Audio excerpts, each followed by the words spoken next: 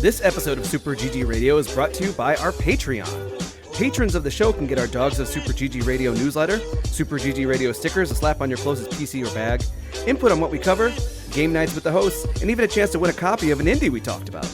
Not only that, but 90% of all patron contributions go to the Children's Miracle Network of Hospitals. Visit patreon.com/superggradio to learn more.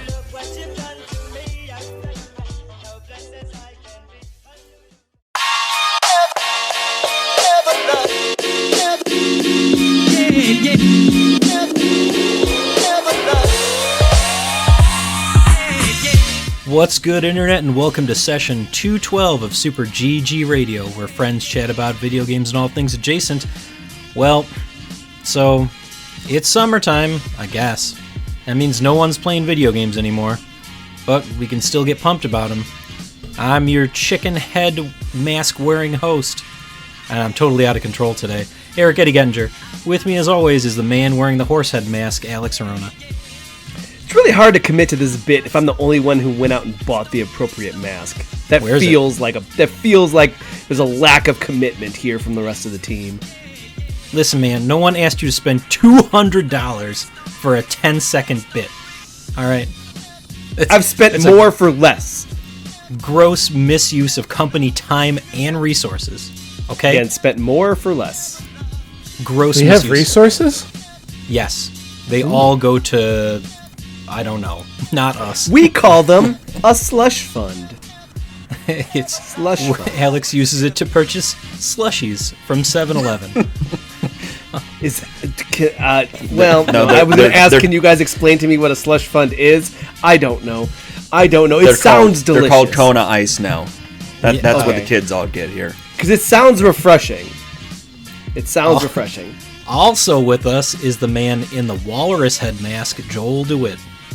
That seems appropriate. I do take the most damage here.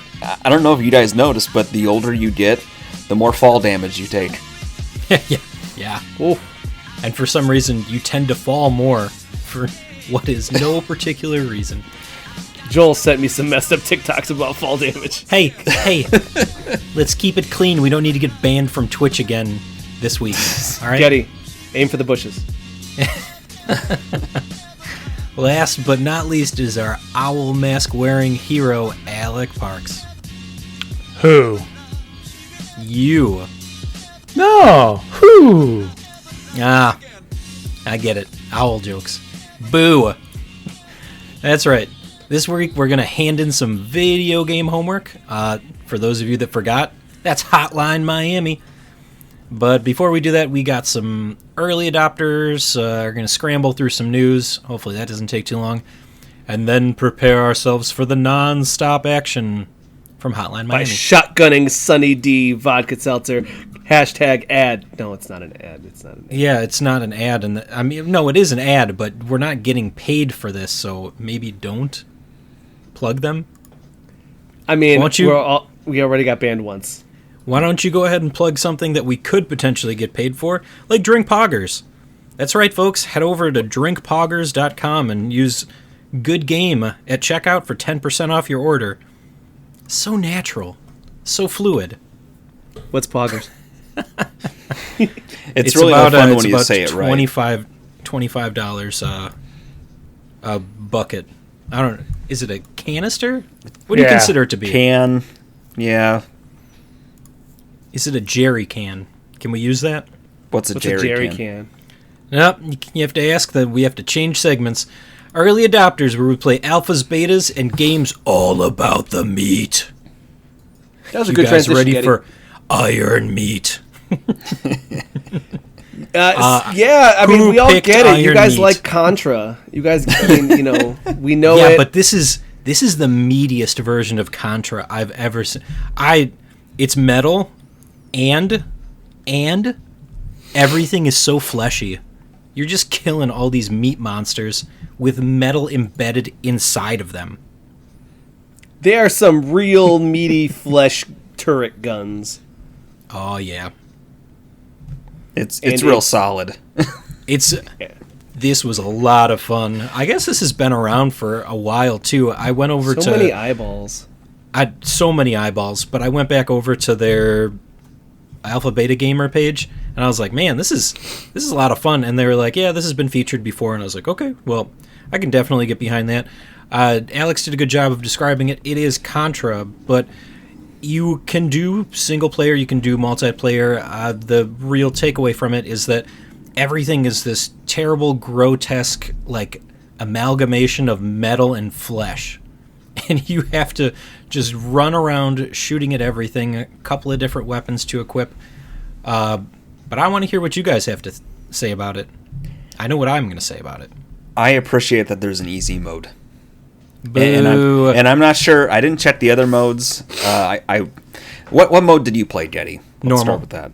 How many Normal. lives did you start with? 16. Okay, I started with 30. Whoa. What? So now I'm By the wondering time I whether- got to the first boss, I was at 0 lives left. And you Okay. played on normal? Yep. Okay. Okay. Just I was wondering how much of it was just life difference, because I saw the 30 count and I thought that seems like an awful lot of lives for a game like this. I still, on average, lost about 6 to 10 lives a level. Oh, that's not Driven that that. bad. You could have made it through on normal. I probably could if the difficulty scale was actually the same, and I don't know how they would have changed the actual pace or the health of the enemies in this way, but it was pretty approachable. Like, for somebody who actually played some of the Contras growing up, couldn't get past the first level, this makes you feel like you're playing Contra without all that super tough stuff. So you got the same kind of angular shots you can take running and gunning, having to sort of crouch down and avoid shots. The bosses themselves were actually pretty good and creative. One of the bosses that I went up against was a flesh train. Mm-hmm. So that was Whoa, pretty Flesh exciting. Train. Flesh Yeah. Train was the second level. Yep. We already talked about this. Don't get us banned again. Did you do all 3 levels, Alex? I did not. I only did the first one, and then I was like, I get the idea. Well, why the H not? I was getting destroyed, man. I was there. The one thing that it's very fun, and like it's not a problem, but also at the same time, I gotta say that the enemies just don't stop. Yeah. On both sides of the screen, it doesn't matter what you're doing. I would clear the screen of enemies, move forward a foot and a half, and all of a sudden there'd be 6 guys on either side of me, and I was like, man, this is just nonstop. And like at a certain point, it did become the corpse hopping, where I was just like, well, you get invincibility frames when you die. I'm True. just gonna die and then run forward. It sounds like so- somebody could use easy mode. Ooh, Yes. snap. Ooh, Yes, I shots definitely could have fired. used easy mode because I made it to the end. I made it to the end of one of the levels. Of all 3 levels. Of one of the levels. Of all 3 levels. Of one of the levels. Alex, save us. Save us with what? Did you I can't play it? save you. I don't have enough lives. No, I couldn't get it running on Linux. Oh. Well, alright. so Joel and I are going to have a conversation about Iron Meat.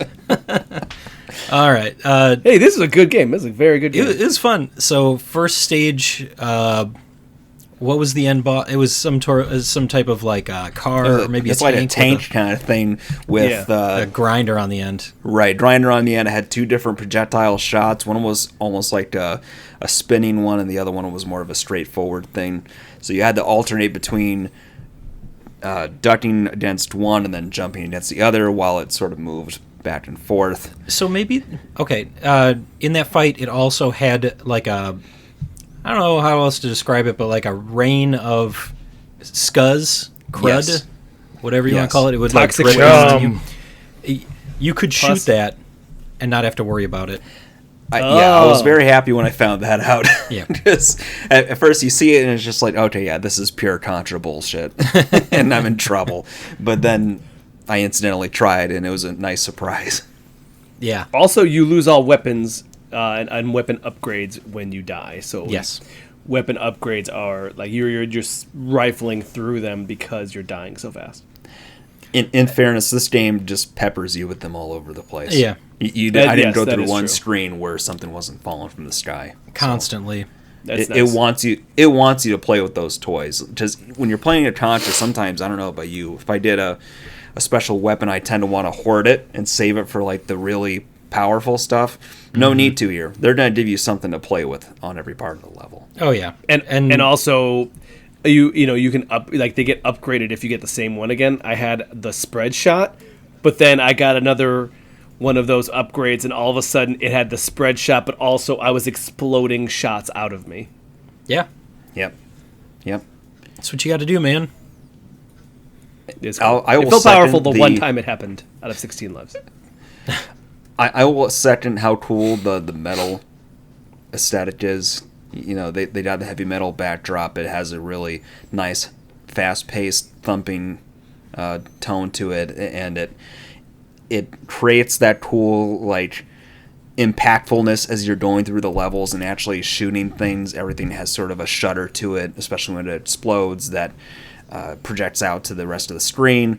The animation and art is great. So it has that nice kind of layering that you'd expect back in the old systems, but it's much more detailed. So it's just very impressive with that. And it's gross. Yeah. It reminds me of that Super Ghouls and Ghosts level where you're like inside the beast and you're having to like jump around different like pockets inside its stomach. It was that level of kind of grotesque. Mm-hmm. Yeah. Also, I think Contra that's what makes it a Hardcore really got good real game. gross. Yeah.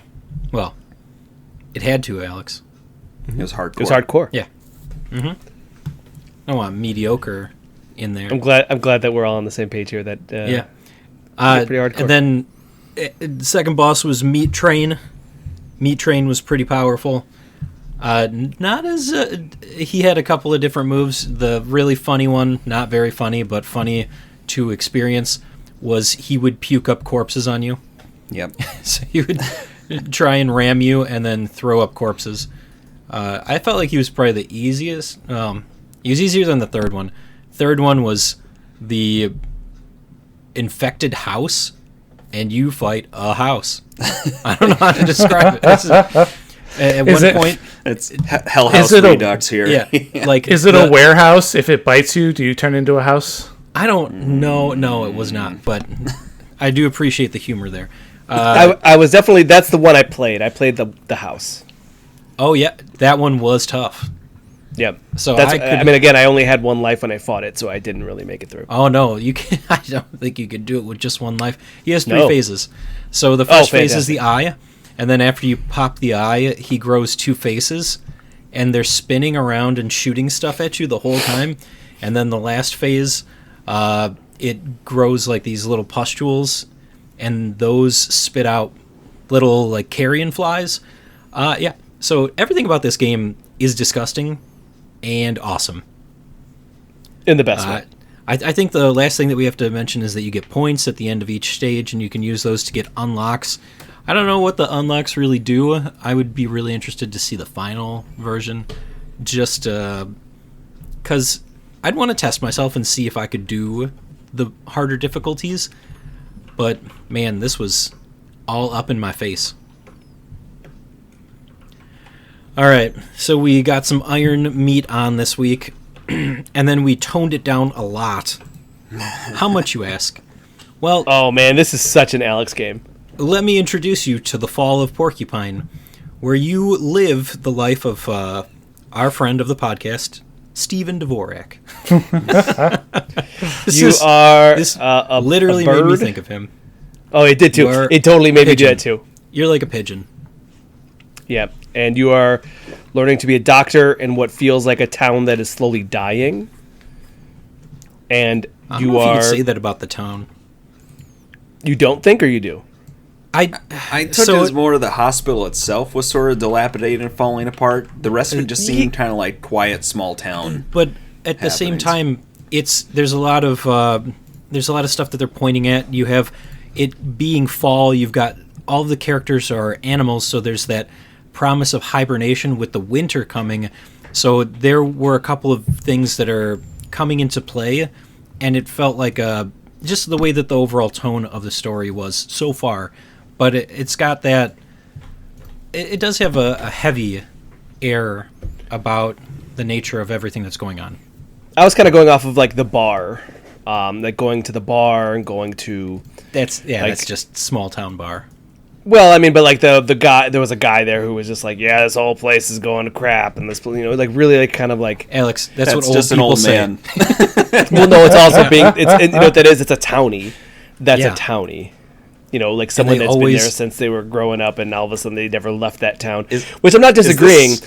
We go to DeKalb, and I this guarantee how you guys see guy. everything outside of Chicago in the suburbs? No, Just Not in the falling suburbs, to but this is like going to Getty knows my favorite bar in like the town where we went to high school. Like when we lived there like 6 years ago, I used to go to this bar and it was like, oh, I'm still like kind of close to where I went to high school, and I would run into people and they're like, oh yeah, I never left. Man, this is the best town ever. I'm like, oh no, oh you really didn't do much, huh? Okay. And then he was like, may I introduce you to Fall of Porcupine? So yeah, it feels like kind of a townie situation, but it's a very definitely this is an Alex game in the way that's like Getty, if you liked this is where I like Night in the Woods. This is this type of game. All right, well, describe the game a little bit for us, because you said that you're a pigeon or a bird of sorts. What is the whole motif here? The motif is kind of cartoonish animal characters. And it's more about the fact that like you're doing some basic platforming and some mini game style gameplay, but for what you're really there for is like the interactions, the conversations, the world building, and what can only be described as some sort of existential crisis. These games really heavily reflect on like, okay, what went wrong in my life that I got here? Or something to that effect, and that's in this game kind of puts it as this character trying to be a medical student in what feels like this really kind of falling apart hospital, and kind of asking like, was it always this bad? Did it change at some point? Just a lot of questions about like what is life here now, and how, and this character kind of being like, well, I guess this is what I'm doing now, and this is just where I'm at, and it's really just about the characterization, falling in love with the world, and that's where I'm at here. Is just like, okay, I did some mini games to check on my patience.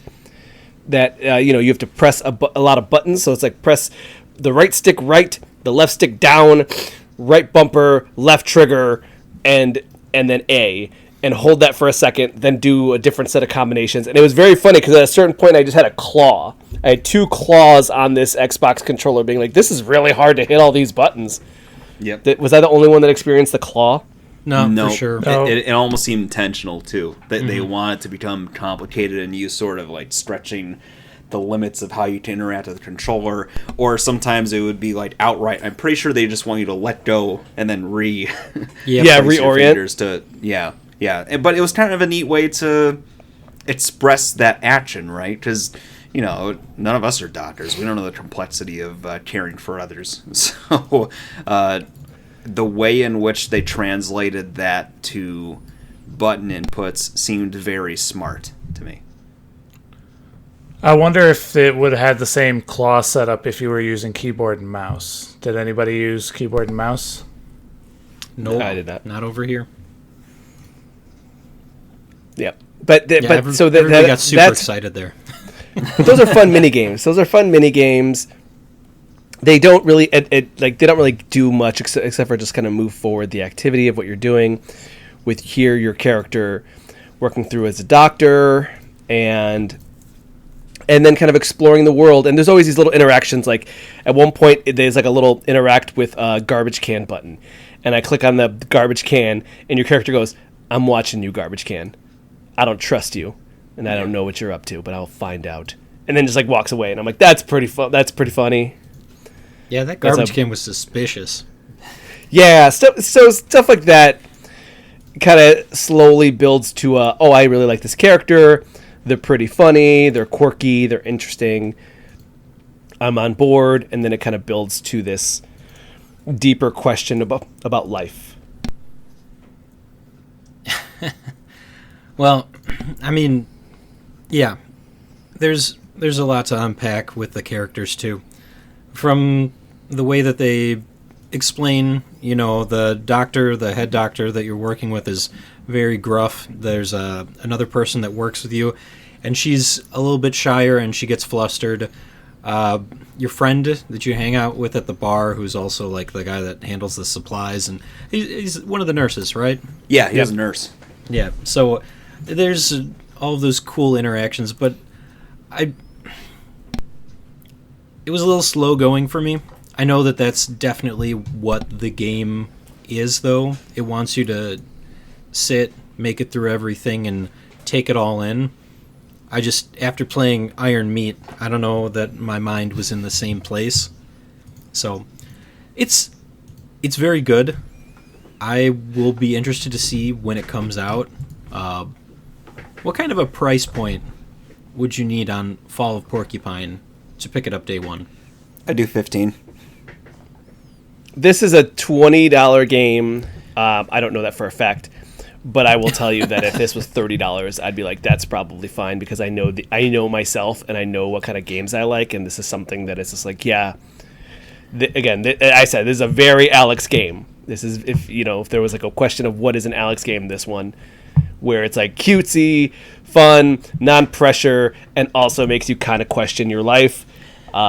I'm all in. So this game is wishlisted. I then unwishlisted it and then re-wishlisted it. I actually listed this too as well. This isn't quite up my wheelhouse, and part of my resistance to these are a lot of people want to tell that like coming of age story, becoming an adult kind of story, and the fact that this actually sits in I'm already an adult, but except you're in this new environment of being an ER doctor instead.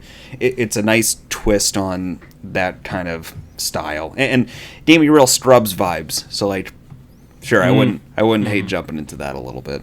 Yeah, I definitely see a lot of the coming of age. I'm all just about the writing. If I like these characters, if this character really like feels like alive to me, and then this character did feel alive to me. And you got that stick, right? Hell yeah. I mean, you had to get the stick. It was the magic item. Mm-hmm. Yeah. All right, guys. I think this week did pretty good. Let's schedule a checkup and a break.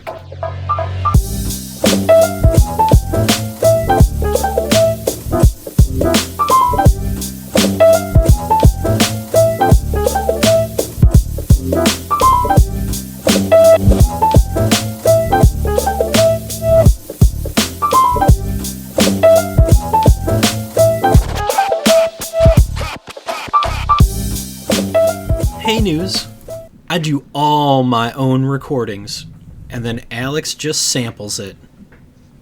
I don't know that I like that. What are you using my voice for? Oh, we got AI opportunities, man. We're we actually have quite a few. Joel was sending me clips from last week. Don't like any of that. Why are you recording or taking my recordings? Right now, I have like a plan. I'm working on some sound bites for people to use our Twitch viewer points to make you say bad stuff. But we can't. Getty, we need some clean line reads for me. Now, first, I'm Batman. Do you want me to do it in the Batman voice, or No, just your normal voice. how many reads do I need to do? I got 4 here ready to go. Okay. Metal Gear Solid Remake will feature original voice cast using original recordings. This is weird. Why is this weird? Because why? You're just going to make the game, like remake the game and touch it up around the existing voice? You have the voice actors come in to, like, sync up, right? Yeah? You have no idea how many sentences I can make with what you just said. So this is weird. It is weird. It is weird. I don't know why they, like, there's enough stuff in there that I would feel like you could just, re-record most of it or redo it. Right? I imagine the royalties cost less than paying them to actually do work again. Ooh. I could see that. Are they all still alive? Yes. That is the one thing I have a lot of people have backtracked into. like, hey, we should all double check, and then they did double checks, and they're like, yeah, everyone's still alive, so Okay. there's no reason for this. Metal Gear. There's been there's now right now we're in the golden age of remakes where a lot of companies are doing the right things, but you have to remember it's Konami, and Konami is like right now we're all waiting to see what their track record's gonna be. Is this gonna be a big thumbs up or a big flop? And Capcom's proven it, EA's proven it. I'm trying to think if there's anybody else. We're also waiting. Like Konami also with those Silent Hill remake, Silent Hill 2. We're waiting to see what's going to happen with that. There's a lot of questions, and in fact, like these games are the ones that are be like, okay, can they do the remake or are they just doing cash grabs? Metal Gear. The big thing that's going to hinge on whether or not it works is what is the tone in the animation and the visuals look like in the actual game juxtaposed with the old voice acting. There's such a hokiness to everything that happened in Metal Gear Solid 3 that made that sort of amateurish voice acting back then work. That trailer looked to be taking itself pretty seriously. Deadly serious. and so that might come off as strange if they try to do that. Metal Ocelot's Gear. he's gonna meow really loudly, so it's like one of those things that like, is the animation gonna flow with his meow? See, Right now? that rotation he does. Yeah. Metal Gear. Those are 2 words. The more clean reads you're giving us, Sketty. So you guys got geared up on that. How do you feel about Ratchet and Clank Rift Apart coming to PC on July 26th? I'm Ratchet and Clank blind. I've never played any of those games. Despite I am so sorry. I'm You should fully- play them. I'm fully aware of the quality. That's not a question. The They are question so isn't good. quality. You have no idea. No, he doesn't. I mean, no, I no, I don't. You're right. But what I'm saying is that seeing that something like this coming to PC, more opportunities to play it, only makes me excited to try them. Are you gonna? I mean, the hope is yes. Yes, I would gonna like do it. I mean, as far as character action platformer, 3D action platformers right now, I should probably play Psychonauts 1 and 2. But you yes, should check your library. what? Check He your said library. go to the for a library. copy. Oh, for what? Ratchet and Clank. I bet Oh, they I'm got- sure, but I also bet they this got means copies. that this means they're Steam Deck compatible, sir. that should have no bearing on your purchasing I decision. don't know that that's what that means. Yeah, I don't know. I mean, Spider-Man ran great on Steam Deck. I think that the hope is that it is, but don't count your horses before they stampede you. Oh yeah, That's I'm a gonna get phrase, right? stampeded all over. All right, Vash. So Ratchet and Clank, maybe Alex will check it out someday. I Maybe am you won't. excited for this opportunity. Did you end up getting the Ratchet and Clank that was free on the PlayStation Essentials back in the day? Yes. You should just play that and see how you like it. Maybe Isn't it this? It is a good jumping off point. I played it last year. It was a lot of fun. Isn't it this? No, it's a different game. Oh. It was one of the PlayStation 4 ones. Yeah. Yeah. And this one is the PlayStation 5 one? Yes. Yes. Okay. On board again. I'm on board. considering the as far price as is right. as far as the series goes, I've always been open-minded and a willingness to learn all that is Ratchet and Clank.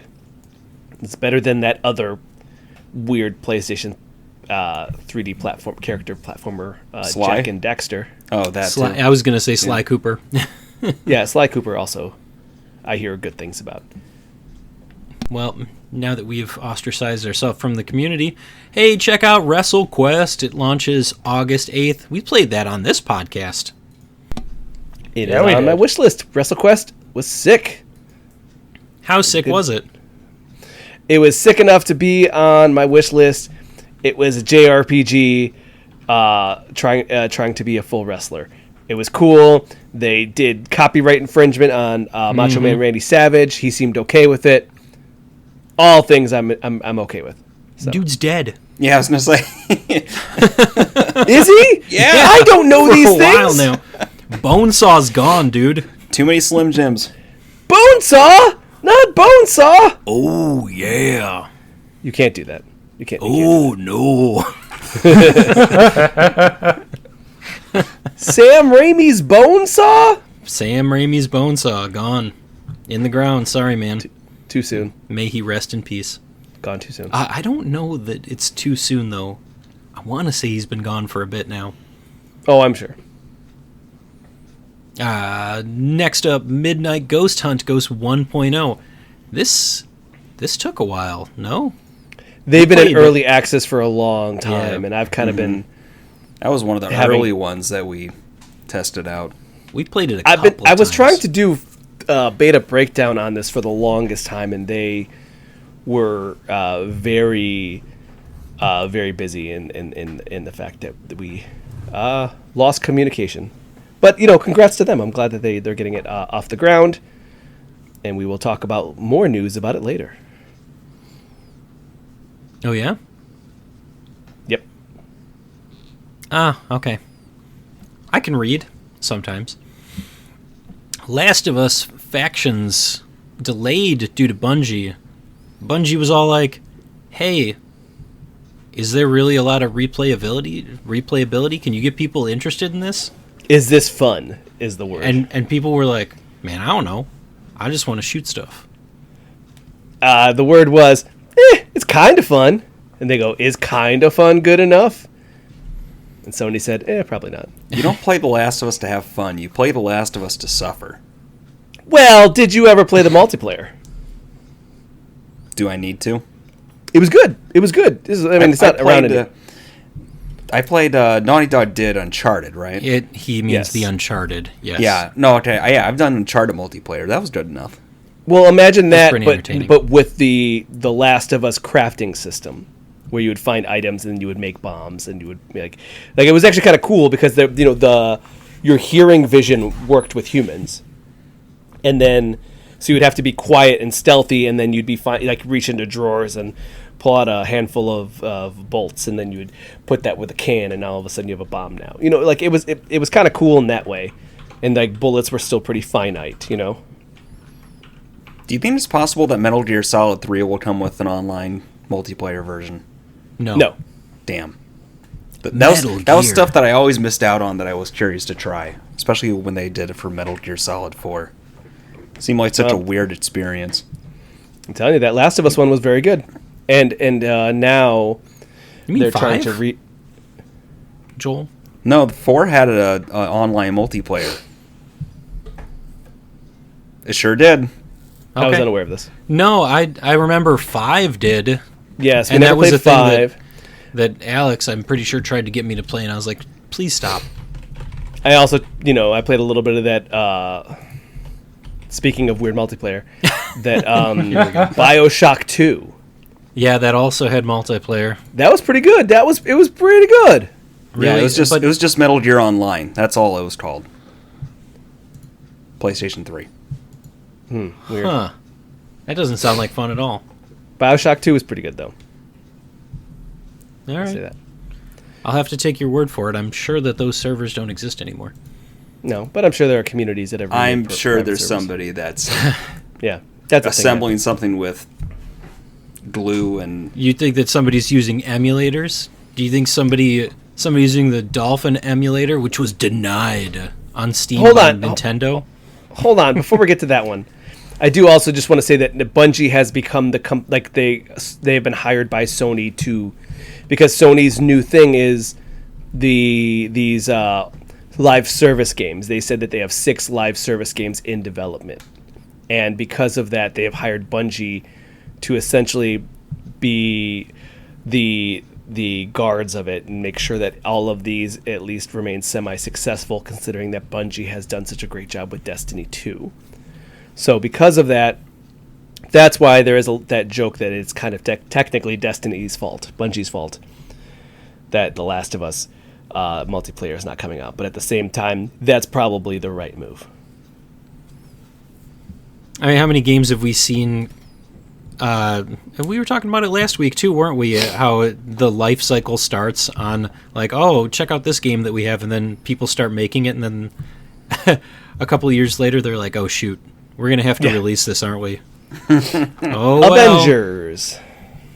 I mean, if you want, I can jump down to Redfall, but I think we'll wait for a minute here.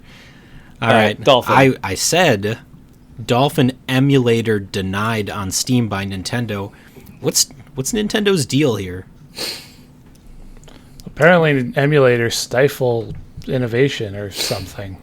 Well, from my understanding, the tricky part is that the word that they use is very specific in that illegal emulators. Now, a lot of people will say emulators aren't illegal. Well, I mean, yes, except for that some of these emulators use code taken directly from Nintendo. That is, in and of itself, illegal. And from my understanding, Dolphin, when doing the Wii U and the Wii emulation, uses Nintendo code.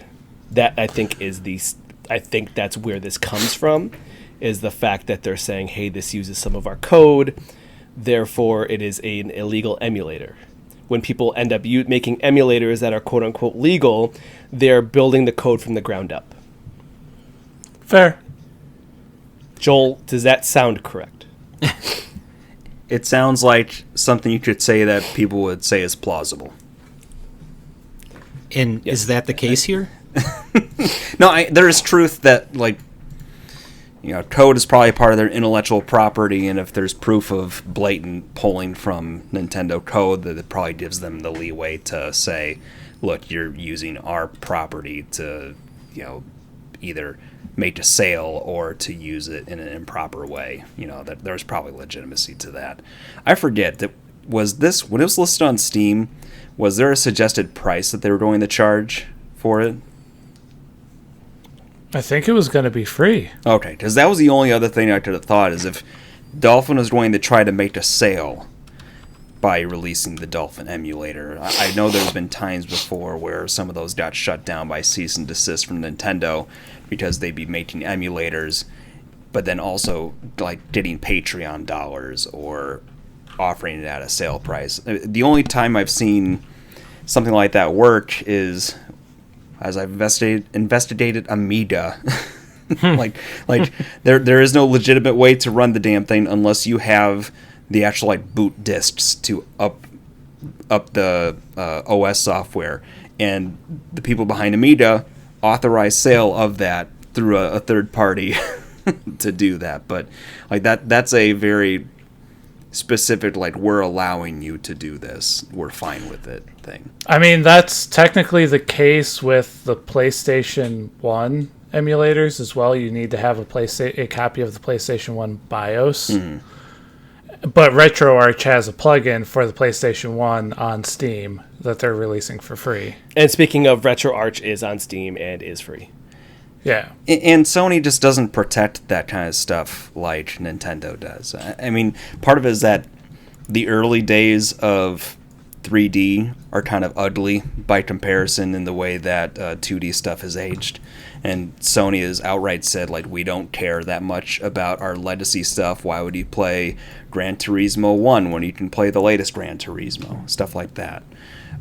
So it is a lot of that, just being very guarded about your IP and making sure you protect it. I mean, there was a quote from Iwata, who was one of the last CEOs, said something effective when they were talking about prices of games going down due to phones. Like, they were very resistant to that because they didn't want to devalue their software. And it's also why they claimed they wanted to sell Super Mario Brothers at $6 or $7 a pop on their virtual console instead of a streaming service. But yeah, it's also why a lot of their games don't go on sale, like steep discounts and stuff. Yeah, and they can get away with it because that's just the position they're in.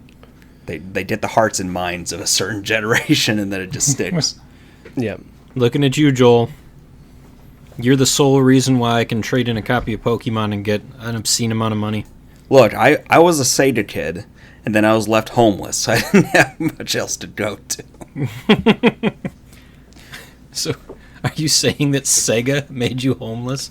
I'm going to say that I'm a Joel's the Sega reason the orphan. Dreamcast failed. You know, Joel, Sega still creates games. And did you know, Joel, that the They're Dreamcast just- was a fantastic system? I do. It was They're just slot machines, man. They still put out slot machines. So if you really... Did you have your VMU, Joel? that was the sad thing is I was not in a position to get a Dreamcast at the time, but it was one of those weird things. You know how you have sort of like core memories. Yeah. And one of them for me is always like when you show up to the game store or someplace and you see the hot new console plugged into the gaming area on the shelves, and then they have a TV up there for you to test out the games. Like Oh yeah. the big one for me was Legend of Zelda: Ocarina of Time. When that first came out, was a big wow moment. Mm-hmm. The Dreamcast at a Sears of all places had one of those set up with Sonic Adventure. And I was like, okay, yeah, this is next level stuff, right? Man, my VMU had all the chows in there, and I would raise them. I'd play with them outside of Sonic Adventure. And that was I also thought just they were KOs. I called them chows. Well, they're part of Chaos, Yes. so I figured they were KOs. He said Chungus earlier, okay? It was a Fair chow enough. garden. Just let Alex have My his way's words. cuter. Yeah. You're stifling his creativity. That I'll can't be stop. true. I'm sorry. No, it's all right. I know that you're right. It's just you Yeah. can't win that fight. You're absolutely correct. You're But you know absolutely what you can correct. win? Me moving on to the next headline because we gotta make it through this eventually. One day. There's a Madden movie, a Madden NFL movie in development with Yes, why Will not? Ferrell as what's his first name, Alex? John Madden. Oh, No, sorry. don't tell me. Sorry. I wanted to say Steve, like man. Steve My Madden. gut reaction was Steve. See, that would have made a What good does Steve episode Madden title. do? Steve Madden is a fashion clothing line. Great. There we All go. right. Fair enough. All right, but yep, Will Ferrell Women's as shoes. John Madden and David O. Russell directing. So what is David O. Russell known for? Someone else I don't Google. know. But I'm on Alex will Steve tell Madden us. women's shoes. American Hustle. So he Oh, does American serious Hustle was stuff. good. So It should be a serious movie. See, when I think of Will Ferrell, I think of he did an impersonation of an old Cubs announcer or something, didn't he?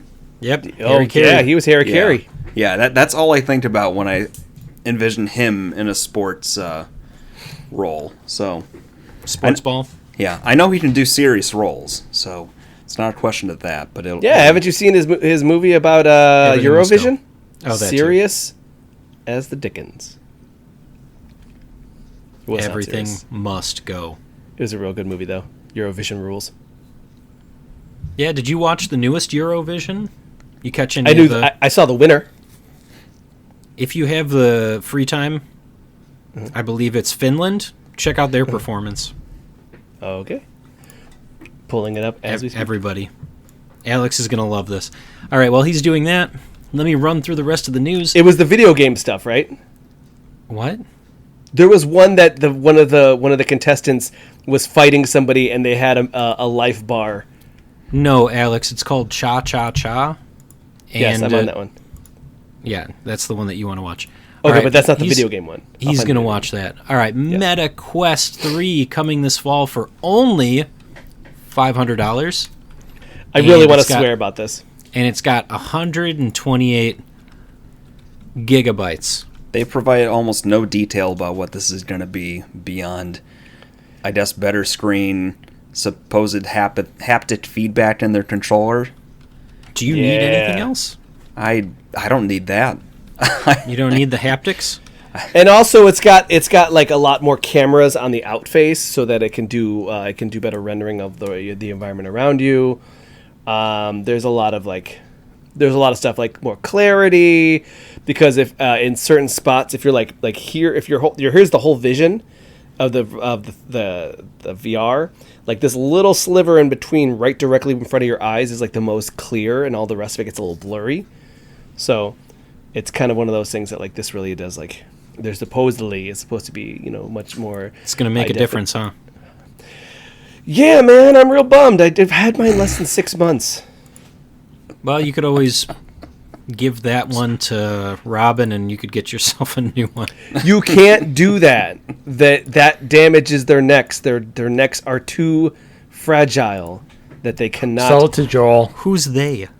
That Children. doesn't sound right. How do you get stronger if you don't exercise your neck? Yeah. I found the Eurovision video game one where the guy's in a boss battle and there's a life bar.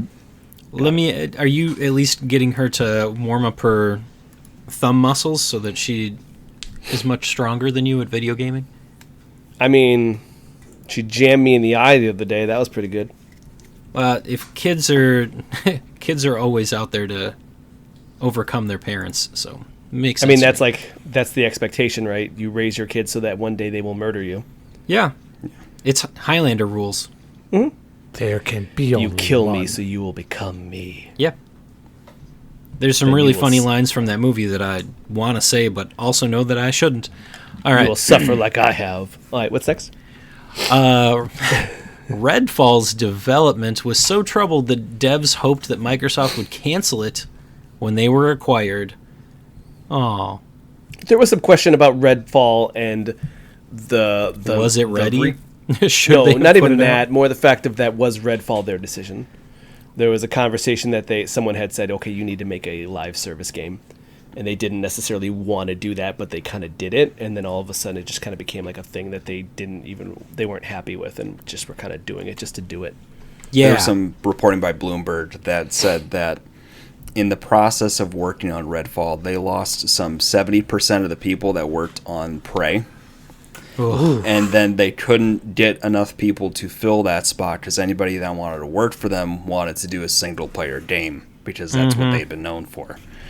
So, like, it's a sad 1-2 punch of them releasing out this terrible game coupled with them being completely gutted and probably not even recognizable to what they were before.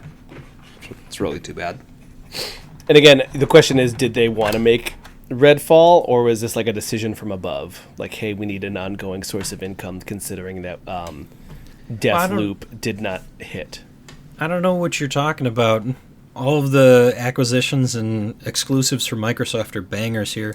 Starfield, Yep. Fables, Halo Fable Infinite coming out. Halo, that's a game. We played Nothing that. wrong Didn't with Halo. Halo's fine.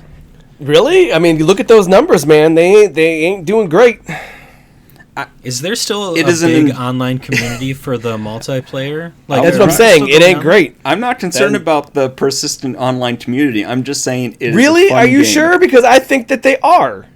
I That's said probably what I they're don't looking care. at. I don't work for Microsoft. Well, that's the might. problem. I'm saying is that they want a persistent online community, and that's what they wanted from Redfall, and it did not happen. That's the kind of thing that's gonna hurt in the long run because they're gonna be like, oh, make another Halo game or drop some money into this, and I don't know what this is at this point. I'm hoping that some of these games that we've been talking about for the last, when did the Xbox 360 degree? What is Xbox One X? Is that it? What No, Series we're in the X series. is We're in the where we're at Series right X. now. All right, sorry, Series X. When that came out, we were talking about these games because they were sizzle trailers. They were like, "Yeah, this is what we're gonna get." I want Fables. I want Well, it. I I want it, Alex. In defense of that, I'm a punch there you. is current rumors and conversations the fact that Fable is currently playable, and that Microsoft does not want them showing that off before it's fully ready. There's also apparently a lot of teasing online with some of the preview stuff coming for Xbox. Has a presentation coming up in the next week or so, right? Starfield. Yeah. But the devs behind Fable are actually very positive and excited about it. So right now, Fable is one of the ones that is shockingly looking okay. Like there was a lot of like, hey, is this just like a smoke show that's going to disappear? Is this vaporware? And all of a sudden, people are like, look, it's not. Look, it's not. It's not. And Microsoft is like, shut up, we're not ready.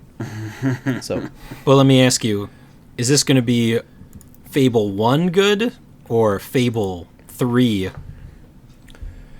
No, I don't know, Fable man. 3 bad? it is the least popular of the three. yes, it is. The other They question is phoned that it like in a on lot that of people are even talking about the fact that like would Microsoft even make another Halo because of how rough the last one was.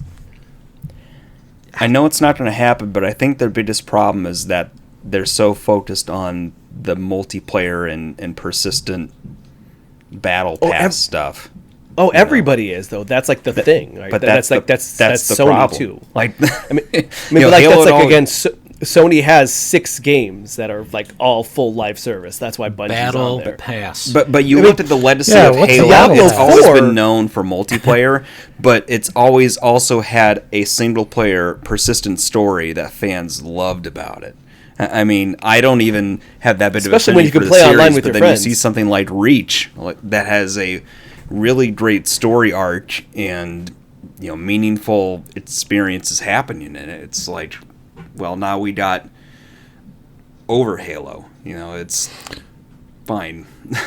Well, I mean, like Can what we I'm saying get a also battle is that like pass? these games also sometimes still hit. I mean, people are excited for Diablo 4, and that comes complete with a purchasable battle pass. All right, guys. I appreciate the whole banter. I think we're doing really good, and nobody's sworn at anybody else. Yeah. However, I don't think that you guys are as hyped as I am for Power Wash Simulator VR. No, I take that Oh. back. Alex is You definitely are hyped not for that it. hyped, Getty. You are not Keep hyped. trying to make me VR. Yeah, dude, come VR with me. You make it sound so weird too. It can't just be No one will VR with me. The only one I got to VR with me was my mom, and she had a good time. She really liked what she played. And I'm glad for that. Well, then sell her your Quest 2 and Oh, pick up a Alex. Quest Go. 3. Yep. You That's have your the upgrade path. There you go. yeah. Or offer up. I know that's really the move is to like start selling it on offer up for like $200, and then then I'm already like halfway to this new one. There you go. But people really like, yeah, I want to show people VR, and like nobody wants to come over and look at VR. Like Man. I've again, the only person that's worn the headset is me and my mother. It's a whole experience. It is. It's awesome. Okay. To be honest, it can be very much a communal thing. My biggest problem with the VR at first was just the idea that it'd just be you stuck in this area. But you connect the Quest to stream to your TV while they're playing, and you have like people in a room watching. It can be a lot of fun. Oh, yeah. It's just they're small experience stuff. It's nothing like hugely immersive. Yeah.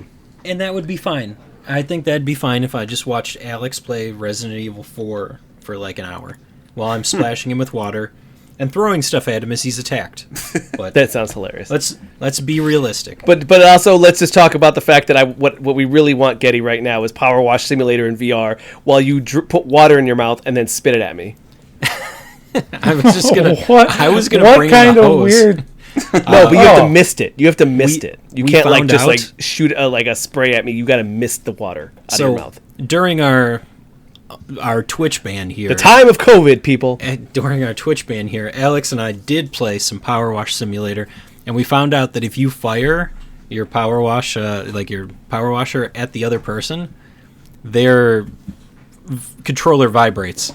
So I was using my mouse and keyboard, and my control Getty's making my controller vibrate off my desk. yeah. But man, Let me tell you, that Midgar DLC, that Final Fantasy Legit. VII DLC, is really well done. it's so legit. Like Too Heidegger legit? and Rude are texting you on the side, Yeah, so pretty good. guys, Power Wash Simulator. It's good. It's good. All right, I'm last happy. real piece of news. What? How long are we into this? Oh man, we already broke an hour. That's not good. Let's go. I mean, it's not an hour of content, but We took a long break. Let's go. we took a long argument about battle passes. All right, everybody, hold on. The game is called Everybody 1-2 Switch. Yep. Okay, Yep. so Everybody 1-2 Switch just got stealth announced on the US eShop. $30 out on June 30th. Ooh, 30 for 30. Guy with a horse head mask on the cover. Yep. It's on brand. What is this? Just another game that utilizes? It's a collection of Both of mini the- games. Like Yeah. the first one was just mostly about trying to show the different features and functions of the Joy-Con through the different mini games. They had like melting a cow. They had a game where you I like where it's you have a treasure chest and it's wrapped in chains and you have to move the Joy-Con to unravel. Yeah, there's also, I think, a dice game of some type that you would actually have to feel the vibrations in the right way to tell what you were holding, stuff like that. So that was 60, which was a bad Yeah. price for it. 30 I is remember. better. I think the whole conversation when it originally came out is that you were like, "This isn't worth $60." But there also wasn't much besides Zelda to play. Yeah. So- Okay. I don't know. My kids have gotten $60 worth of entertainment out of 1-2 Switch. I don't think it's a bad experience, but you have to have people that want to play it with you. And Yeah. my kids were just a tad too young when that came out for them to really hook onto it. The weird part is that like it's a little strange. What how long has the Switch been out? 6 is close enough. Something like that. Yeah, we're 6 years into the Switch life cycle, and now we're like, by the way, here's a game to show off all of the features. It's like, well, I feel like we've all known the features for a long time. You know what I mean? Here's a sequel to it. Yeah. And Here's I'm not all saying there's anything wrong. I love party games. You know Here's me, all the I'm, things you could have done the last 6 years, but instead you ported shitty old PlayStation 3 games. Whoa. Yeah. You can't Joel, see that's that. twice tonight. KOTOR You can't 1 and see 2. that. Hey, Alex, I'm going to throw one more piece of news in here before we move over to freebies. Uh-huh. Killer Frequency 1.0 today. Ooh. Killer Frequency, that is first-person horror survival game set in 1987 where you are a late-night talk show host, radio host, and there are calls coming in, and there is a killer somewhere around. Alex played this And purchased. one. Did you really?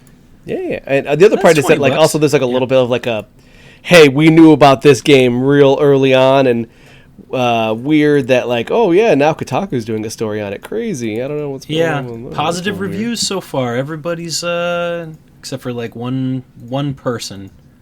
Everybody likes it except for one guy. Go figure. All right, now we're doing freebies. Hold on, I'm buying Killer Frequency. Freebies! Do it. Did you buy it? No, it actually can't search for it. I'll have to find it later. What? It was in my, like, top 10 on the bottom of the screen. I'm going to try to... Freebie. Freebies! Let's do this. Yeah, There you go. do It's that, not- you do there, I that, found you it. I do got that. it. I got All right, it. freebies. Put Hey, the freebies guys. down here.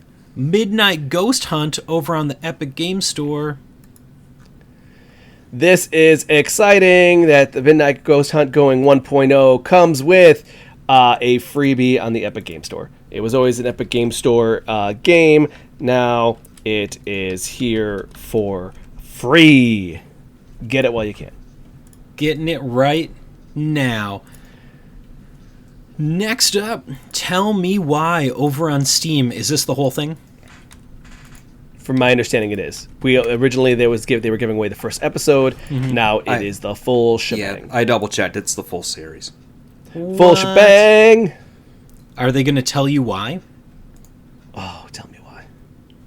Ain't nothing but Nah, stop. Next up, Legendary Hoplite Ajax's Trial. Wait, hold on. Tell me Trail? why is a lot like the Life is Strange episodic. He's going to tell you third what it is. person. I just want to get back to that just real quick. All right, and next one, Getty. Legendary Hoplite Ajax's Trial. This is a game that combines tower defense and action RPG genres. You are facing Ajax, and in this game you'll need to build fortifications, upgrade your army, and create your own unique strategy to fight off hordes of monsters across 7 levels. You are shooting and doing abilities while also building a tower defense. I like me some tower defense. This is the prologue to the full game, but the prologue is 7 levels and free. Bam. TGV Voyages Train Simulator. I don't remember what G is. Tango. I'm just saying with the Tango something Vector. Gamma Victory. Vector.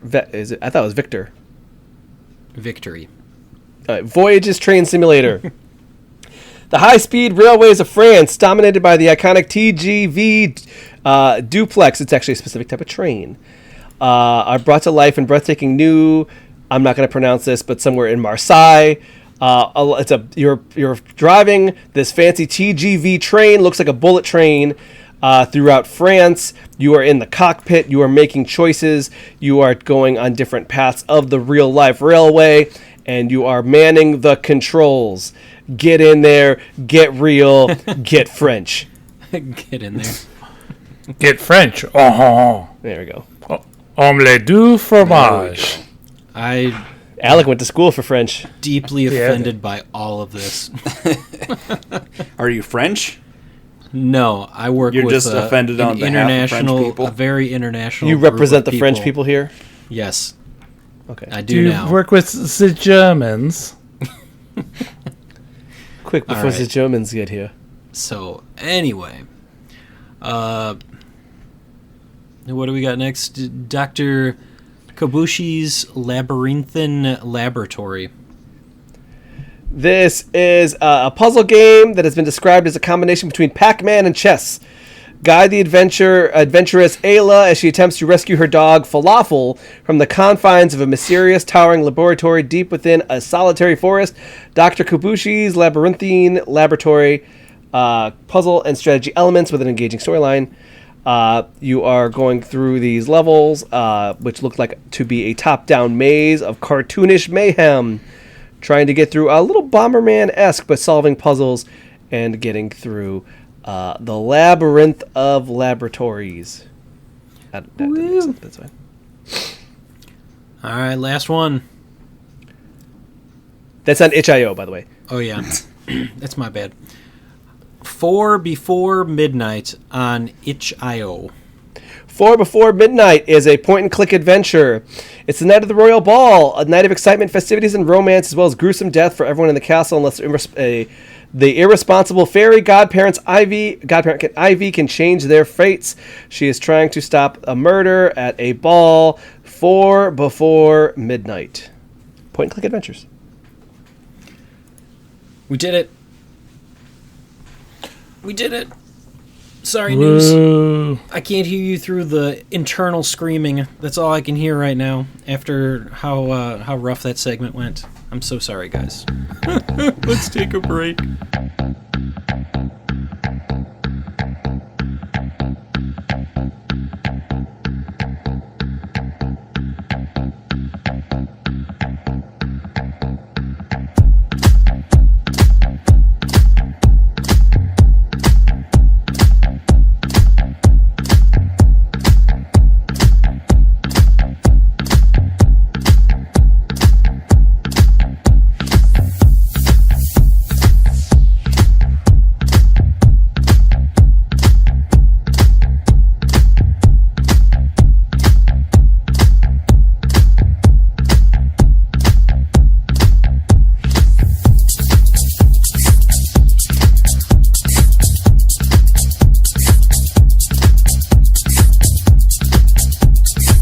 We're back, and this week we don't have the backlog, but we do have video game homework. And now, it's time. A couple of weeks ago, maybe a month ago, Alex brought to us Hotline Miami. And now, he's going to subject all of us to it at least 2 more times during the podcast. All right, Alex, this is for you. Yeah, Hotline Miami is something near and dear to my heart. I definitely try to beat this every year or two. It's like it's a fun, breezy play of roughly like 4 or 5 hours. It's fast paced, even in the hardest of hardests. You know that when you actually complete it, it'll be like, oh, I did it in like 30 seconds, and I don't know why I was struggling so hard. But it's just like, or something very stupid. You know, like I'll finish it and I'll be like, I've done this before. This is not hard. And then all of a sudden it's like, oh, well, that was I guess I did it. You know, it's like really.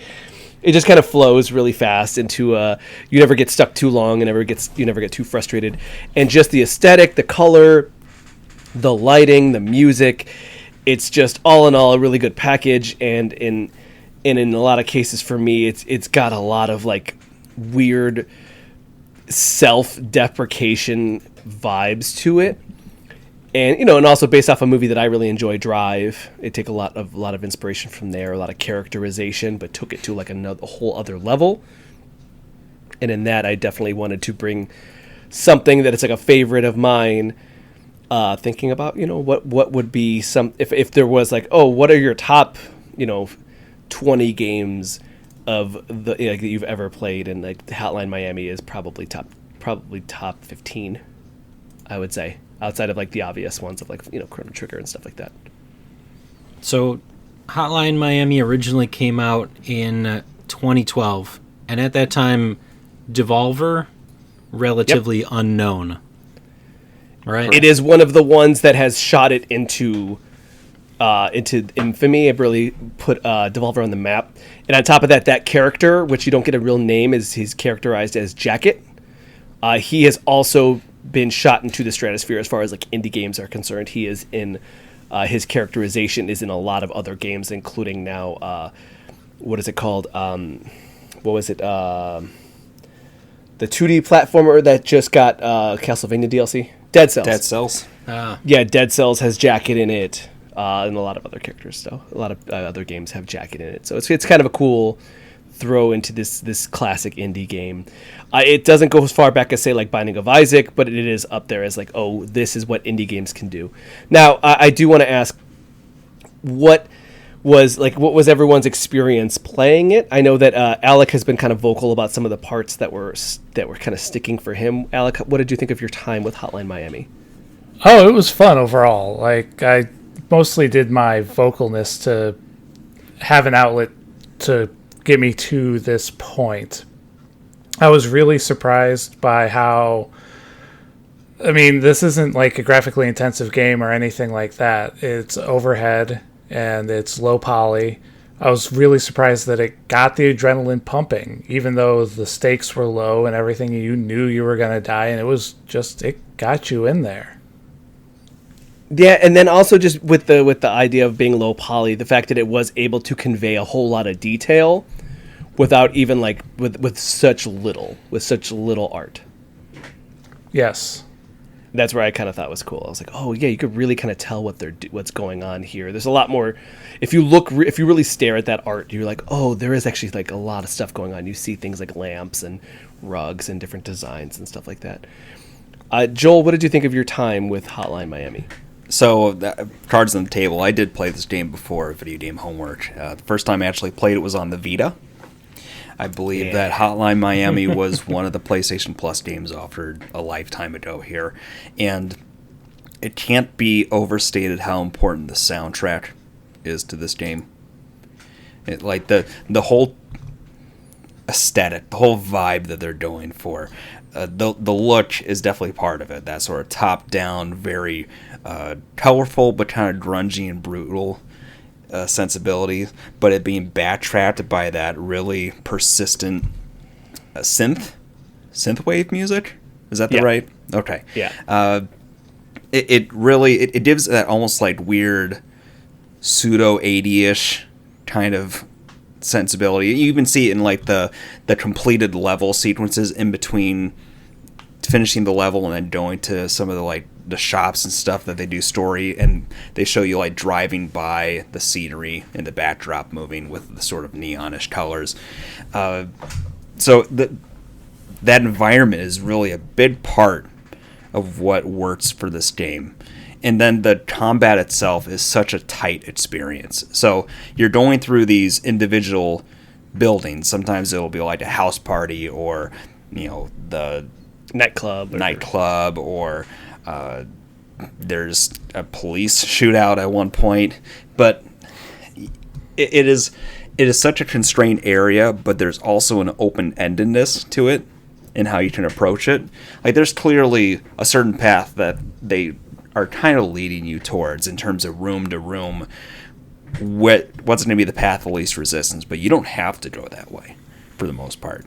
Like, there could be a door to the left and a door to the right, and one might have 3 dudes with guns, the other one might have a dude with a knife and a dog, and you could go either way depending on how you want to go. And then just the controls, it's so simple. Run, you aim and shoot with the right stick, and then you have that lock on that you can cycle through. When I first played this game on the Vita, I did not ever use that lock on. And so it was a much different experience then. But this time around, you get really good at having snappy choices, and then you can sort of use that kind of peering out farther in advance to just get a survey of the area around you. All that coupled with the kind of weapons you have a choice with between the knife, like bats. I think there's a samurai sword somewhere there. Shotguns, miniguns, handguns. I forget. Bottles and cans. Yeah, it's the absurdity with how many options and tools they give you to dispose of. And then you got the masks, and the masks are a big part of what modifies your different runs. So I'm not sure what your guys' favorite was, but mine was definitely the one punch kill. I loved lethal doors. I was lethal doors too. Yeah. Yeah, because I was a person that was like just like waiting the right time and just smashing open doors like all the time. So it was, for me, that's where it was at. It was like, okay, kill this guy. Okay, now wait for the next guy to patrol around, and then kill this guy again with kill the second guy with a door. And the doors would like flop. They would like flip open and close, open and close. So there'd be a lot of times where I'd just go in just to close the door again. I'd walk in the room, close the door, and then just wait again. And this is one of those games too where, like many games, getting frustrated is just going to screw you over, right? Then you make bad choices, because Right. there have been times where I was like, "This sucks," and I would just start running into rooms and just keep getting murdered over and over again. Yeah. At one point, it was just like, you're just getting killed over and over again. I'm like, I'm frustrated. Right. And that sort of snappy, respawn and go again, it almost kind of teases you into doing it sometimes, because you get into that, like, I'm going to make a quick run mindset. And you just get in the mode of going, okay, I died and I go again. It sort of conflicts with what you should be doing, which is kind of plotting out your strategy a bit. And then the thing is, you can knock out characters, like if you don't have the mask, it knocks them unconscious and then you murder them while they're on the ground. And you could also just throw your weapons, like, oh, I have a gun, I'm gonna whip it at somebody and knocks them on the ground, then I can murder them. I was definitely a throw my gun rather than shoot somebody kind of guy. There was a lot, to all of these different, variabilities and options. And also throw in the fact that a lot of this is procedurally generated. Enemy weapons aren't always the same per run, and weapons you find in the level aren't always the same per run. There was a couple of times where I would start a level and it would be immediately enemies, and the things they would give me would be like a bat, and I'm like, you can't give me a gun right now. Like, a gun would be beautiful, and I took me 4 tries of restarts before they did it.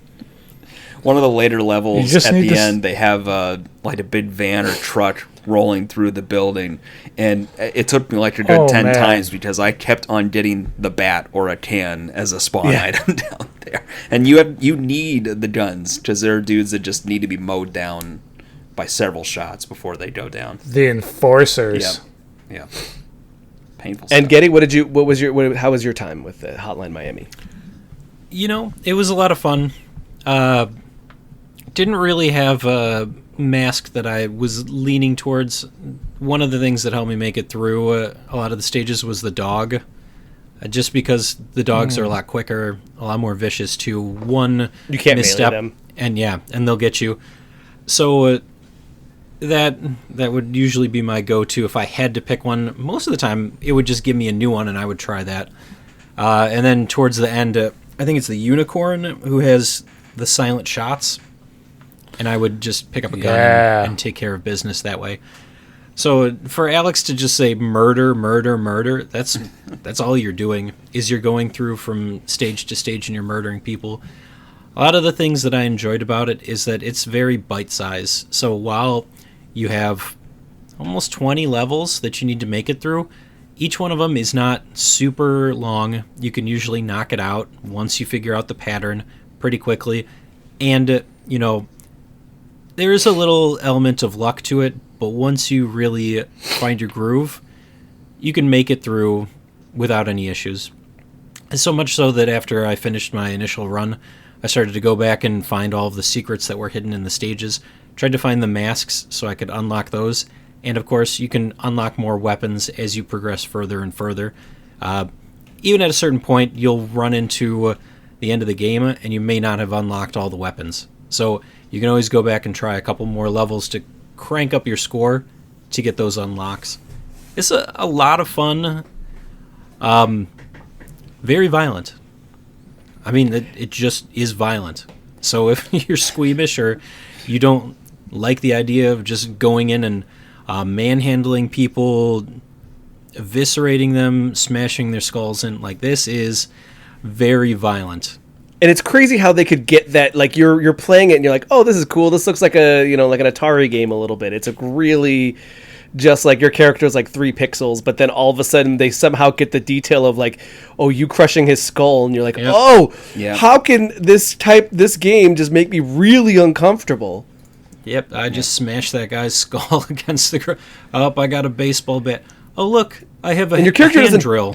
And he doesn't do it once. He just like repeatedly smashes his head, or like, oh, the hand drill. Yeah, the hand drill gets real detailed. That's what And I think, needed. No, I didn't need it to be that graphic. but I think that's like that is actually one of the things that the developers had kind of put into play here, is that this is a conversation with the player to a certain degree about like, what are you comfortable doing in a game, and one of the main crux of the story with Hotline Miami is that your character's kind of a sleeper agent. Alex, I'm going to cut you off for a second. Uh-huh. I don't know if it's a conversation. You're not really given a choice. You're told what to do. Well, yes, but the There's point games is that that are like, are you comfortable with doing this? No, try a different approach. This is, you're going to kill people right now. I think That's the what you binary gotta is. do. I think the binary you is: play- are you going to kill people in this game or turn it off? yes, Yes. that's the conversation. No. and the Conversation they had is, hey, look at this guy's face. It's not there anymore. Yeah, the developers have said, they're like, yeah, we want people to feel really bad with this choice. Like, we're making and in fact, this game was such an indie hit that they were super confused. They're like, do people not know the point of this game? We were actively trying to say, hey, you're all bad people. Like, we're trying to say this character is a kind of a sleeper agent where he doesn't have a choice. But what about you? Did you need more of a reason not to go to Florida? Have you played Hotline Miami? Yeah, they kept saying, they're like, this character doesn't have a choice. What about you, though? Yeah. You, the player, have a choice, and you are doing this. So and that's what's like kind of cool about it as well, is just that the game does, like, your character does kind of have these hallucinations With the where masks.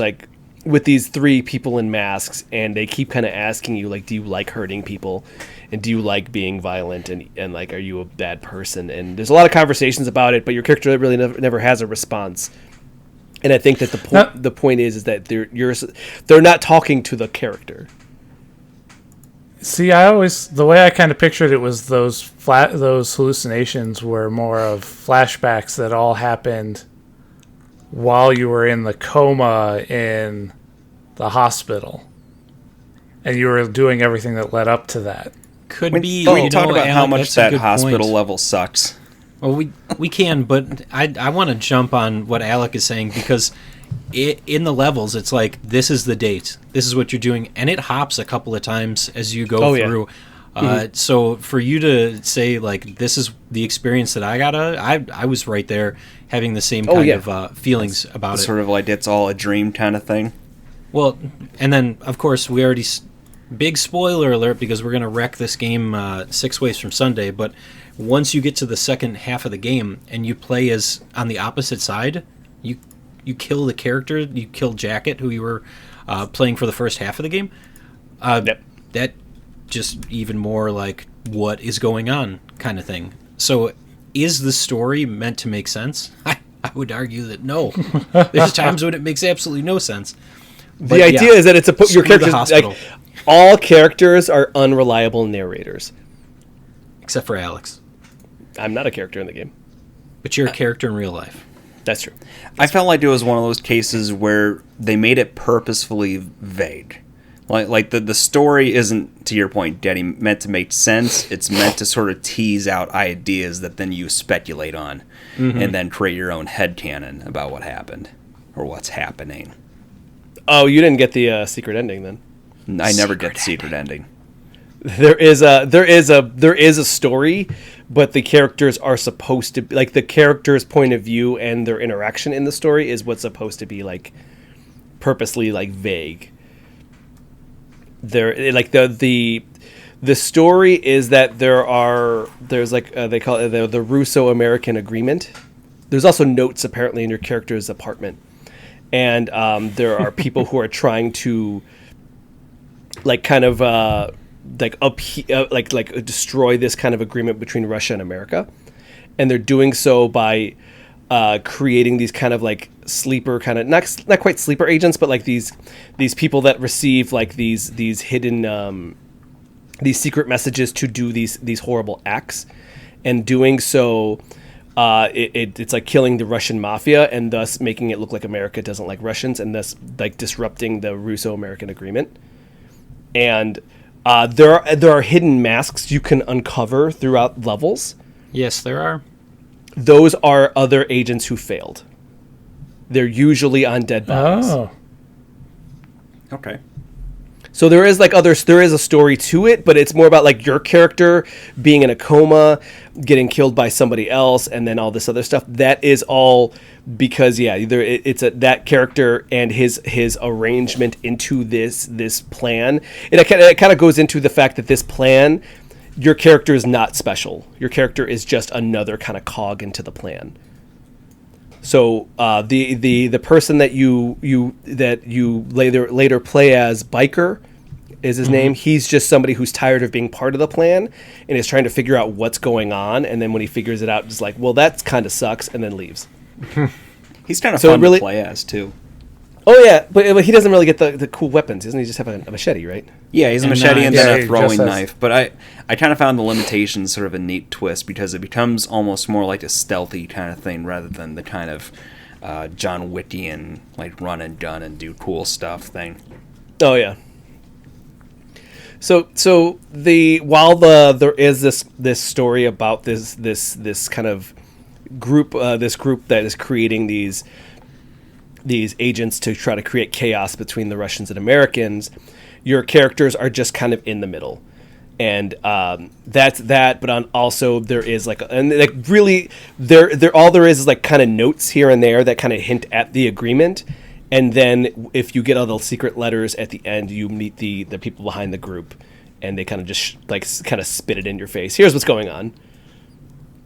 So it's not really there as much unless you again really look into the details of what's going on, or really pay attention to background stuff. But the other meta narrative is the fact that you have a choice to play this horrible game, and you're choosing to do so. You are a terrible person, but thank you for purchasing. I had no choice. Yeah. It was homework. In Hotline Miami 2, they decide to make it a split narrative between 5 different characters, and they double one of the character sets is a group of teens who thought that this was an awesome idea, and just instead of being part of the group to murder the Russians, just decides to do it for fun. And that's like a triple down, hey, you fans of Hotline Miami, here's what we think of you. You're all a bunch of teens who are just jerks. Just a couple of copycat killers, is that what it's going for? Yes, and the whole like point is that those characters are all super duper obnoxious and annoying, and that's the point of that is they're kind of even doubling down and saying hey, you weren't supposed to like us for disliking you, now we're really going to make fun of you. I just didn't like Hotline Miami 2 as much because it starts out at this difficulty. Yes, it does. And it's also doubly long. Double long? Ooh. It's 10 hours, and I feel like Hotline Miami 1 hit a real sweet spot for me. No, we know how you feel about quick games, so. I do. Now, one of the jokes we have here, Getty has always implemented, is that that video game homework is supposed to be a chore or supposed to be a punishment. I think Hotline Miami is a joy to play. I think it's a lot of fun. And I think it's also an exercise, like a good thought experiment about how you handle these puzzles, but also how you see the game as a whole. Getty, was this punishment? Yeah, you should feel bad for having played this. I mean, yes, but was it punishment to play it? Did you have fun with this? I had fun at times. There were some levels that definitely sucked. I definitely watched you play. I watched over your shoulder play half of it. Like for fully. example, the ones that the hospital was, if you don't know exactly what you need to do and you're just futzing around, it sucks.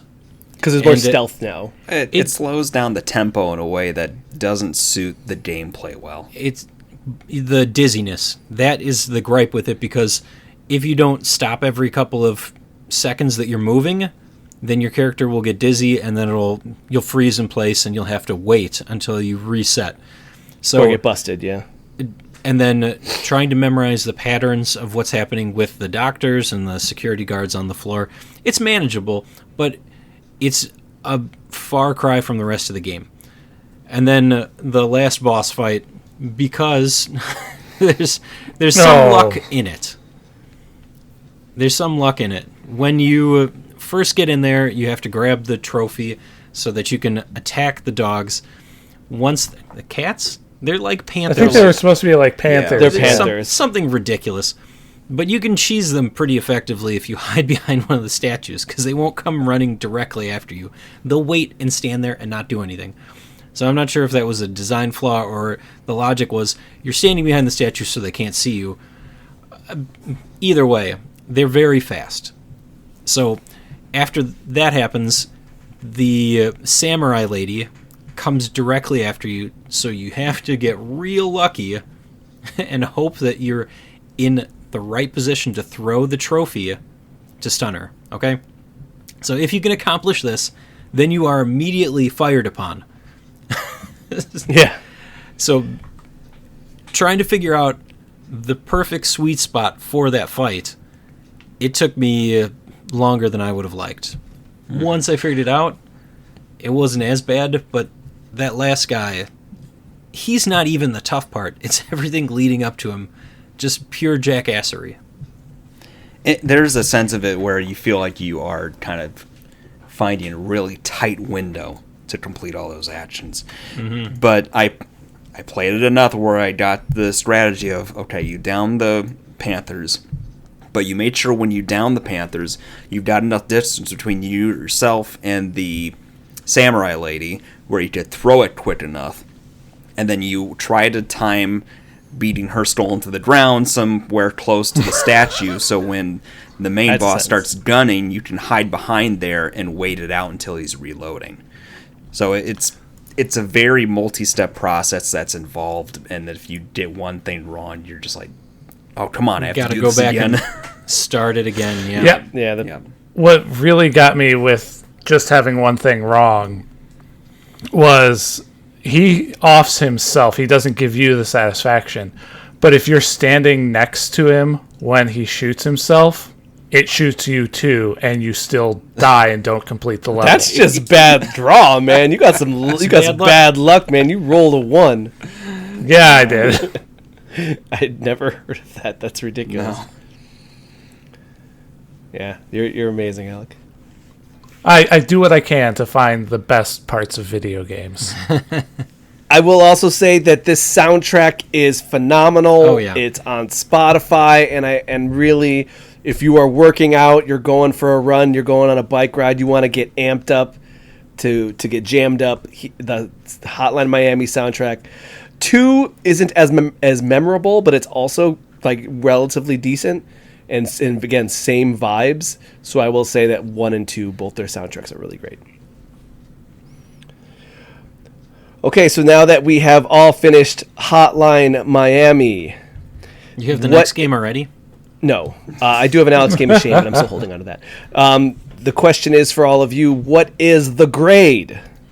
What is the grade? Alec, give Hotline Miami a grade. S through F. I want to give it a solid B. I'll take it. Getty. He'll take a B. B's get degrees, babies. I rate it on the higher B side. Granted, soundtrack, very good. Gameplay, holds up. The level of violence, not really as much as I wanted it to be. Too much, as a matter of fact. I'd rather it wasn't as much. So, yeah, I'll give it B+. Okay, that's fair. That's a fair point. I mean, technically, that should get a higher letter grade because that was the point. That you're not supposed to like the violence. Joel? S. S? Oh, yeah. This, I got one. I had a conversation with Brok, Damage Boost, a long time ago about indie games, and just asking me about what to check. And what I told him then was that if you had a indie game Mount Rushmore, that this game would be on it. And I still stand by that. It's not one of the oldest hits, but I think it's one of the most impactful indie games out there in older history. And it also just informs a lot of what comes after it too. So I can't state enough how well produced game this is. The music is incredible. The gameplay is just quick and snappy, and it's such an easy game to recommend, assuming that the person is an adult. I will also say S. There is a indie game, it was Mount Rushmore, and I don't think that this would fit in the Founders. But at the same time, if you're going for an indie game of the last 15 to 20 years, you get Celeste, you get Hollow Knight, and you're throwing Jacket up there. He's going to be up there loud and proud. That character, the game has always, like, the weirdest part is that Hotline Miami kind of skeeves me out in a good way. I do feel what the developers are telling you. I feel like a bad person playing this game, and that to me is successful in the message that it's there, and it also makes me feel so John Wick powerful. And that's not good either. So that's what I like about it. I like the fact that it's very multifaceted. It throws a lot of emotion at me in weird ways that I don't like. I never felt sad, but I definitely felt like, oh, I don't know if I should be this excited, or I don't know if I should be this. That kind of idea is good to me because it's weird to feel that in video games, and I think that more video games should try to make you feel emotions you don't normally feel. There's a thrill when you're playing through these levels, and success. The victory feels really sweet, and it's that looking back and seeing the trail of bodies of just like, yeah, maybe I shouldn't like hyper-violence this much.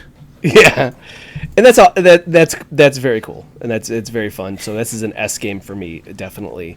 I'm very glad that you guys enjoyed it. I'm really glad that I brought this to the table, and let's look for Jack in some more games. He's around, man. He is around, doing his thing. Maybe let's watch Drive. I don't know. I heard that's not a great we don't rewatch. have to watch Drive. I heard it's not a great rewatch, so it's not. Maybe I'll just keep it then in my. Just don't. Drive. Who's in Drive? Oh, it's Ryan Gosling. That's okay. kind of one of his early vehicles.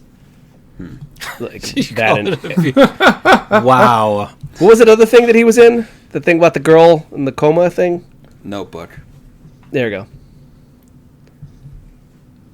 Hold on. I don't know. How did you get that out of girl in a coma? I'm married. Where was the coma? I've never seen the Notebook. Where was the coma? Is that not a thing? That is literally a perfect synopsis for that movie. So she's in a coma. Okay. So I understood that movie kind of. Not really a coma, but may as well be. We're not going to ruin that movie, but geez, that is not the right way to describe it at all. Okay. Goodness. One gracious. day the Notebook will grace my eyes and I will watch it. There's not anything against it, but there's nothing wrong with the movie. Sure. I don't know how you made that jump to it. Joel just gets me, man. Joel speaks my language. I don't. I heard Ryan Gosling, and I heard coma. Coma, and he said something like a rom-com. It was close enough. It was close enough. Rom-com? Okay, that's not the right word either, isn't Wow. it? I don't know. There were some pretty funny parts in that movie. Drama. Especially the coma. That was really great. Getting so I am, upset right now. All right, well, very much Joel, you are up on the video game homework. Give us a right. couple of weeks. No. And Tell us now. What is it? I What's know you another have it. 45-hour or tactical RPG I can assign everyone? Hey, who finished that game? You did. I'm very proud of you. I'm yeah, not that was proud. awesome. I am not proud of myself. Abraham What is it? Lincoln. Steam World Quest? Steam World Quest? What about it? No, what was the one where the tactical? You think it's a short tactical game? No, it was. No, we were talking about Codename Steam. Codename Steam. No, I know, but you said what's another short tactical game, and I was saying, isn't Steam No, World I said have what's one? another 40-hour tactical game? Steam Well, I mean, World how old's- Dig No, is not tactical, but that would no. be... What's the tactical Steam World?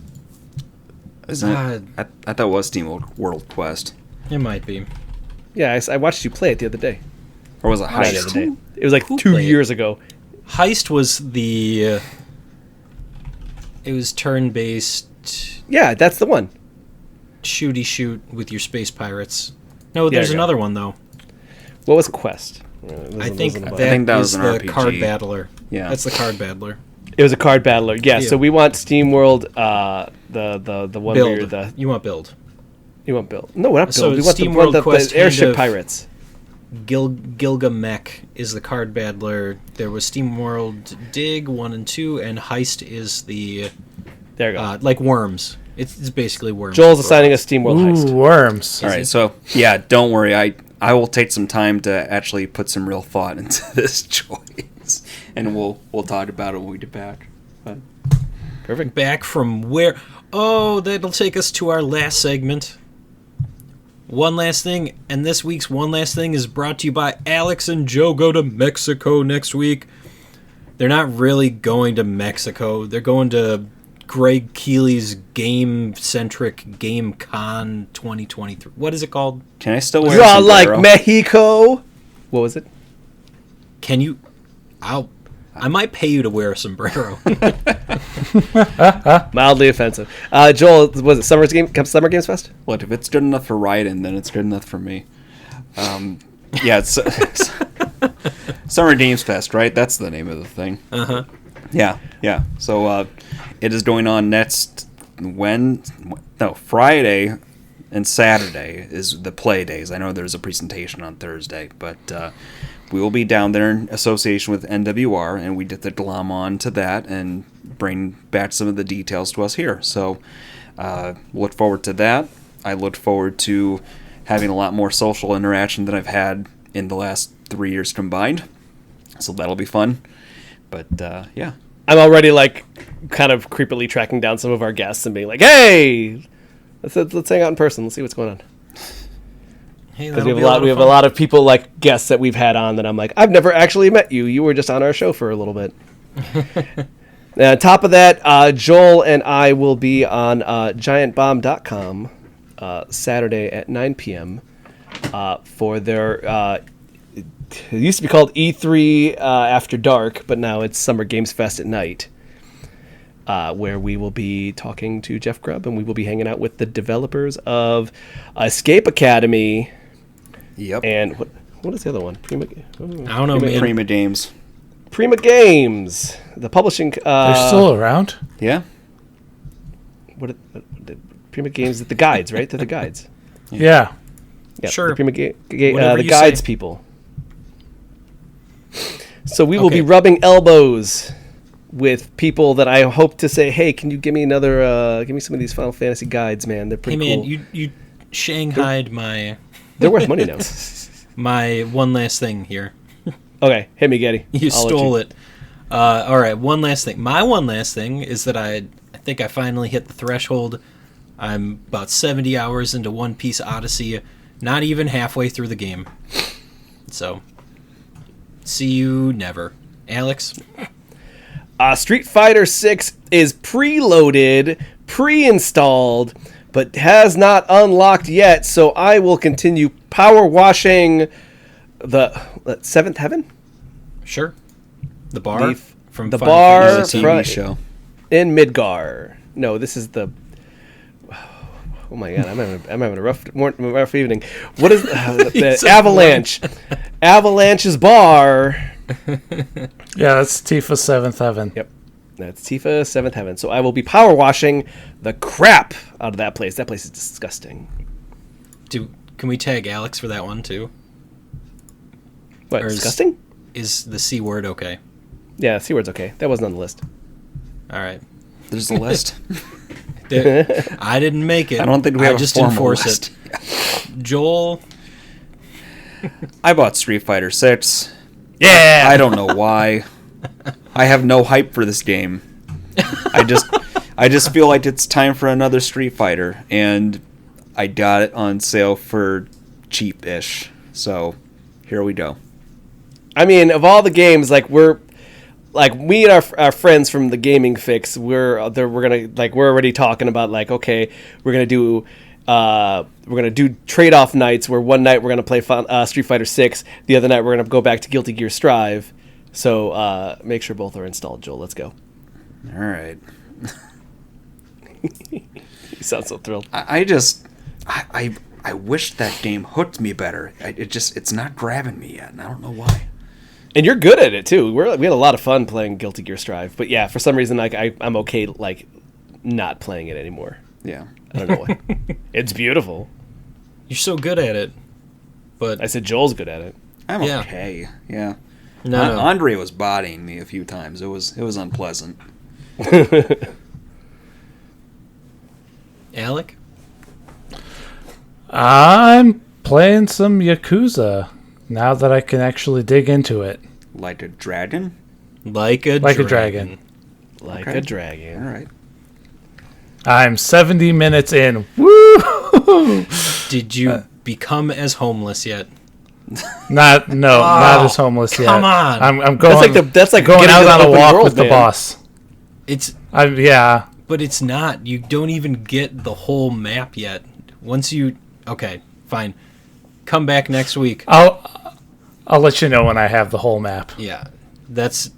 I'll talk to you never.